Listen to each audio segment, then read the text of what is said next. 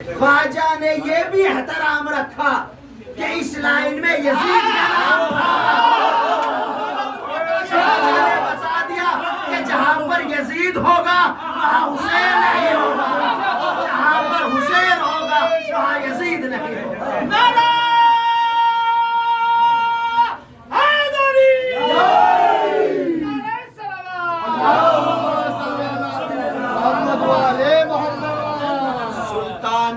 سلطان الہند جانتے ہیں یہ صرف کرم ہے امام حسین مظلوم کربلا کا خواجہ غریب نواز پر، پورے ملک کا سلطان۔ یاد رکھے جس کے دل میں حسین کی محبت ہوتی ہے نا وہ زمین پر رہ کر آسمان پر حکومت کرتا ہے، اس کے اوپر خاص کرم رہتا ہے اہل بیت علیہم الصلوۃ والسلام کا۔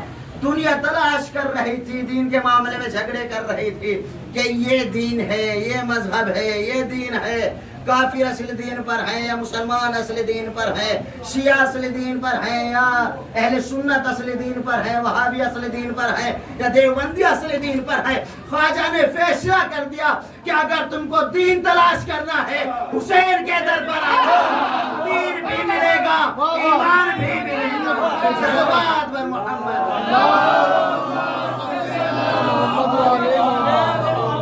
جہاں پر یزید ہوگا وہاں پر حسین نہیں ہو سکتا، اور یہ آپ کے دلوں میں امام حسین کی محبت کا ہونا یہ ثابت کرتا ہے کہ آپ یزیدیت سے بہت دور ہیں۔ خدا کی قسم آپ یزیدیت سے بہت دور ہیں، آپ حسینیت سے قریب ہیں۔ جس کے دل میں حسین ہوتا ہے اس پر پروردگار عالم کی خاص عنایت ہوتی ہے، خاص کرم ہوتا ہے۔ پروردگار عالم اس کو اتنی عزت عطا کرتا ہے کہ دنیا کوشش کر لے مگر اسے ذلیل نہیں کر سکتی، دنیا کوشش کر لے مگر اسے گمراہ نہیں کر سکتی۔ جسے حسین کا در مل گیا اسے ہدایت کا در مل گیا۔ اسی لیے تو رسول اللہ نے فرمایا تھا کہ ان الحسین مصباح الہدی و سفینۃ النجات، یہ حسین ہدایت کی کشتی، یہ حسین اگر اس کے در سے متصل ہو گئے، اگر اس کی محبت تم نے اپنے دلوں میں اپنا لی تو تمہاری دنیا بھی کامیاب ہو جائے گی، تمہاری آخرت بھی کامیاب ہو جائے گی۔ دیکھیں آپ دنیا میں جو بھی درے حسین علیہ السلام سے منسلک ہے، جڑا ہوا ہے، وہ عزت سے جی رہا ہے، وہ سر اٹھا کر جی رہا ہے۔ اور جس نے حسین ابن علی کا در چھوڑا، حسین ابن علی کا ساتھ چھوڑا، نہ تو ان کا آقا ان کا رہبر یزید آج سلامت ہے اور نہ ہی ان کی کوئی عزت و احترام ہے۔ یزید بھی گمراہیوں کے مزبلوں میں ختم ہو گیا، ہلاک ہو گیا، اور اسی طریقے سے کہ جس نے یزید کی حمایت کی وہ بھی انشاءاللہ اسی طریقے سے ہلاک و برباد ہوگا۔ اس لیے کہ تا ابد کی زندگی صرف حسینیوں کا حق ہے۔ وہ حسین کہ اگر اس کی محبت میں کسی کو موت بھی آ جائے تو پروردگار عالم اس کو شہید کہتا ہے، کہ اگر حسین کی محبت میں تم کو موت بھی آ جائے تو ایسا مرتبہ ہوگا کہ جیسے کسی شہید کو ہوتا ہے۔ حسین ابن علی کی محبت کو اپنائے عزیزان محترم۔ دنیا بھٹک رہی ہے لیکن انہیں کوئی ایسا در نہیں مل رہا ہے کہ جس در سے ہر چیز مل جائے، جس در سے دین بھی مل جائے، جس در سے ہدایت بھی مل جائے، جس در سے نعمت بھی مل جائے، جس در سے رحمت بھی مل جائے۔ دنیا میں نہ جانے کس کس کے نام کے جھنڈے نکالے جاتے ہیں، نہ جانے کس کس کے نام کا جلوس نکالا جاتا ہے۔ واحد علم ہے حسین ابن علی کے بھائی عباس علمدار کا کہ جو انسانوں کو دولت بھی عطا کرتا ہے، جو انسانوں کو رحمت بھی عطا کرتا ہے، جو انسانوں کو نعمت بھی عطا کرتا ہے، اور حد تو اس وقت ہو گئی کہ جو انسانوں کو اولاد بھی عطا کرتا ہے۔ حسین ابن علی کا در وہ عباس علیہ السلام کا در، جس پر برکتیں ہیں، جس پر رحمتیں ہیں۔ ادب سے آئے، سلیقے سے آئے، یقیناً حر بن کر جاؤ گے، لیکن اگر بے احترامی کے ساتھ آؤ گے تو آپ کا آنا کو کوئی فائدہ نہیں پہنچائے گا۔ وہ گھر ہمیشہ آباد رہتے ہیں کہ جن میں حسین کا ذکر ہوتا ہے۔ اس لیے کہ حسین کا ذکر صرف حسین کا ذکر نہیں ہے، حسین کا ذکر یعنی رسول اللہ کا ذکر، حسین کا ذکر یعنی خدا کا ذکر، حسین کا ذکر یعنی امیر المومنین کا ذکر، حسین کا ذکر یعنی شہزادی کائنات کا ذکر۔ اگر چاہتے ہو کہ اللہ اور رسول اور فاطمہ و علی تم سے ایک ساتھ خوش ہو جائیں تو حسین ابن علی کی محبت کو اپنے دل میں بسا لو۔ میدان کربلا میں حسین ابن علی کی محبت حسین کے ساتھیوں کے دلوں میں یقیناً ایک ایسی محبت تھی کہ جو شاید ہی اس کائنات میں پھر سے نظر آئے۔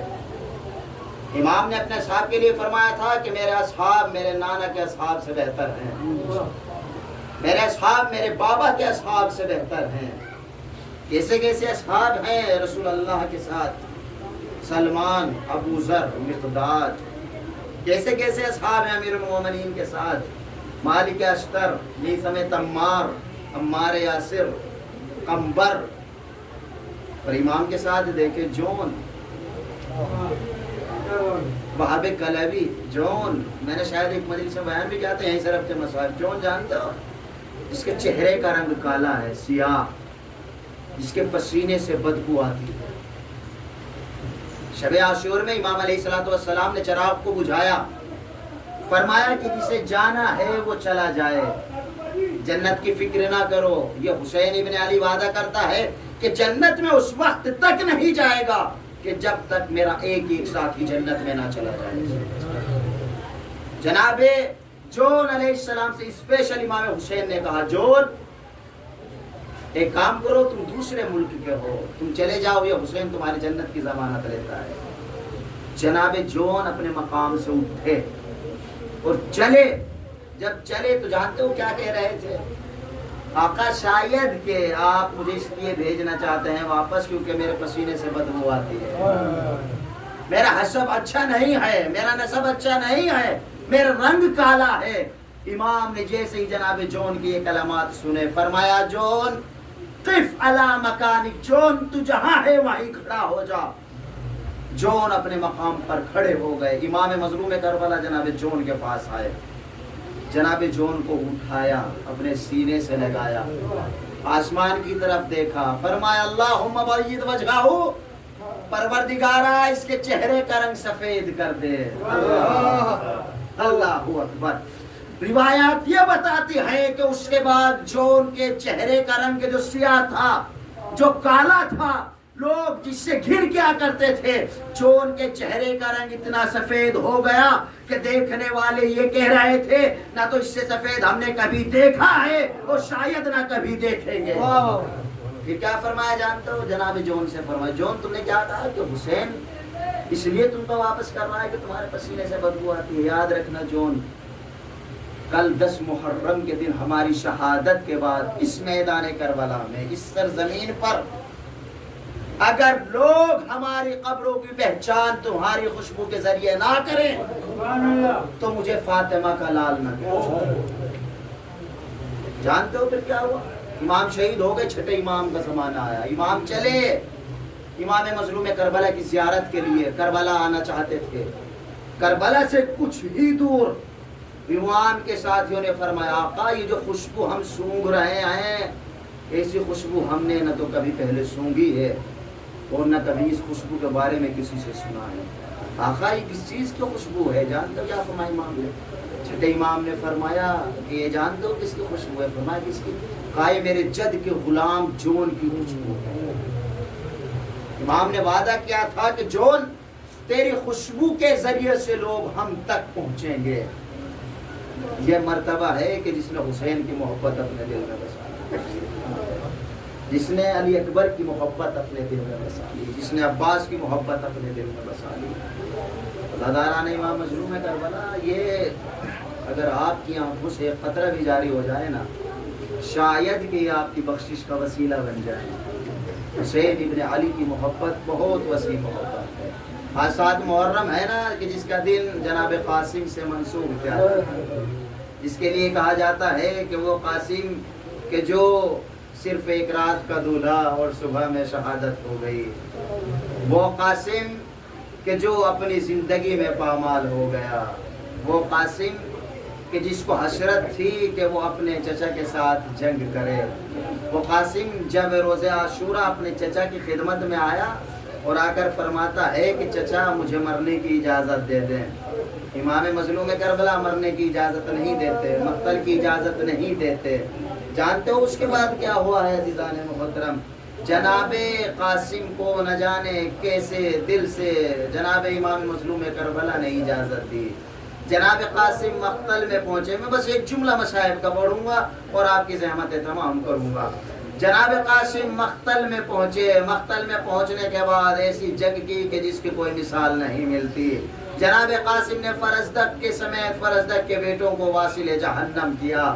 روایت یہ بتاتی ہے کہ جناب قاسم جب جنگ کرتے جاتے تھے تو فوج اشکیا میں سے پسر سعد نے چلا کر کہا یہ علی کا پوتا ہے، اسے قبضے میں نہیں آئے گا. ارے ایک کام کرو، قاسم پر چاروں طرف سے حملہ کر دو. روایت یہ بتاتی ہے کہ کہیں سے تیر چلتے تھے، کہیں سے نیزے چلتے تھے. حسن کا لال فوجوں میں گھر گیا. عزادار و قیامت کا منظر تھا. ارے حسین ابن علی نے جب یہ منظر دیکھا خیمے کے در پر آ کر کھڑے ہوئے. جب قاسم سے گھوڑے پر نہ سنبھلا گیا، راو تڑپ کر آواز دی چچا جان میری مدد کو پہنچے. حسین مقتل میں گئے. ارے کیا دیکھا کہ قاسم نہیں ملتے. روایت یہ بتاتی ہے امام مظلوم کربلا نے آواز دے کر فرمایا قاسم میرے لال کدھر ہو، چچا کو آواز دو. قاسم کی کوئی آواز نہ آئی. امام نے پھر تڑپ کر فرمایا میرے لال تمہیں امام وقت آواز دے رہا ہے. عزادارو قیامت ہو گئی. ارے جیسے امام وقت سننا تھا قاسم کی لاش کے ٹکڑے ہوا میں اڑنے لگے. اے چچا جان میں یہاں ہوں. حسین نے لاش کی گٹھڑی بنائی، خیمے میں لے کر آئے. ام فروا تیرے لال کی بارات آ گئی. بیویوں میں کوہرام ہو گیا. واہ قاسم ماتم